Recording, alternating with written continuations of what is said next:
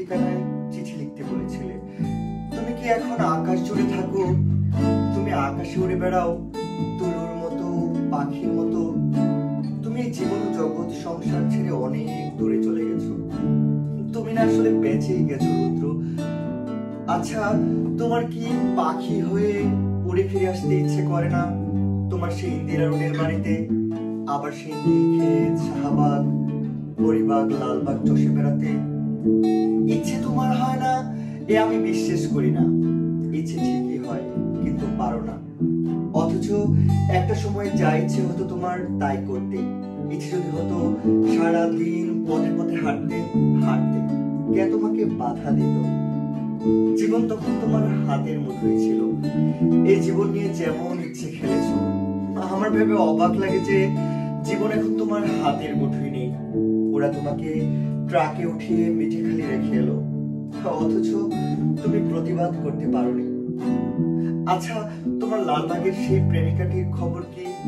দীর্ঘ বছর প্রেম করেছিলে তোমার যে নেলিখানার সাথে, তার উদ্দেশ্যে তোমার তিস্তা তিস্তা প্রেমের কবিতা দেখে আমি কি ভীষণ কেঁদেছিলাম একদিন।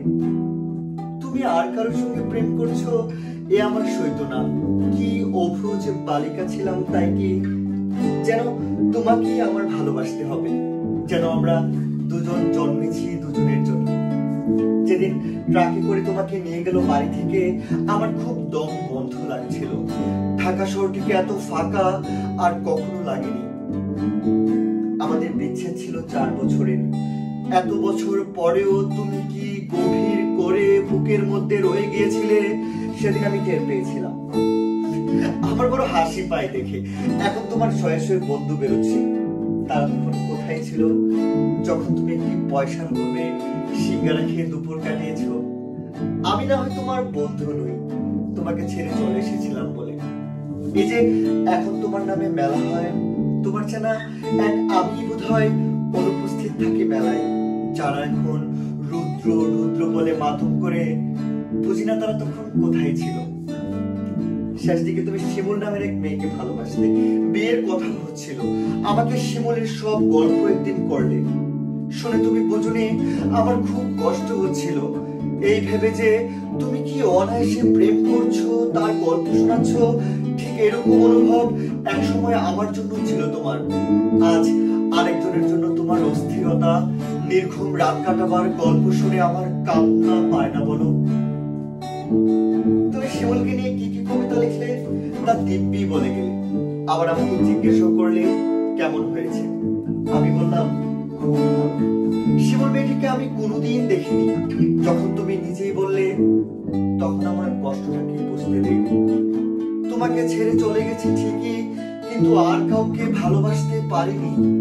ভালোবাসা যে যাকে তাকে মিলাবার জিনিস নয় রে। ওই যে আকাশ, এই আকাশের সঙ্গে কত কথা হয় রোজ, কষ্টের কথা, সুখের কথা। একদিন এরকম একটা আকাশ ভরা জ্যোৎস্নায় গা ভেসে যাচ্ছিল আমাদের। তুমি 2-4টি কষ্টের কথা বলে নিজের লেখা একটি গান শুনিয়েছিলে। ভালো আছি, ভালো থেকো, আকাশের ঠিকানায় চিঠি দিও। মংলায় বসে গানটি লিখেছিল। মনে মনে তুমি কার চিঠি চেয়েছিলে, আমার নেলিখালার নাকি শিমুলের? অনেকদিন ইচ্ছে তোমাকে একটা চিঠি লিখি, লিখতাম প্রতিদিন। সেবার আরমানি টোলার বাড়িতে বসে দিলে আকাশের ঠিকানা। তুমি পাবে তো এই চিঠি। জীবন ও জগতের তৃষ্ণা তো মানুষের কখনোই মেটে না।